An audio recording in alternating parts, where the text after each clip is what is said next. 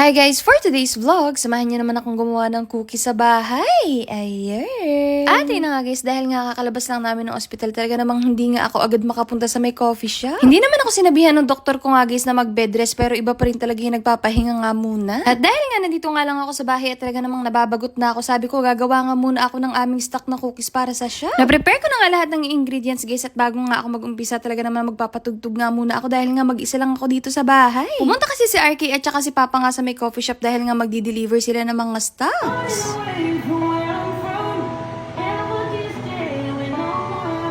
Na guys, nag-umpisa na nga akong gumawa ng cookies at itong uunahin ko nga gawin ay itong chocolate chip. Ito kasi talaga yung pinakauna kong cookies na nagawa, kaya ito din yung gagawin kong unang ngayon. Medyo nagagamay ko na nga rin to guys, kaya talaga namang medyo niremihan ko na nga yung batch ngayon. Hindi pa naman sobrang perfect nga nitong aking chocolate chip guys, talaga namang inaaral ko pa rin hanggang ngayon. Pero kahit pa paano nga, nakakabenta na nga kami ng ganito sa shop dahil talaga namang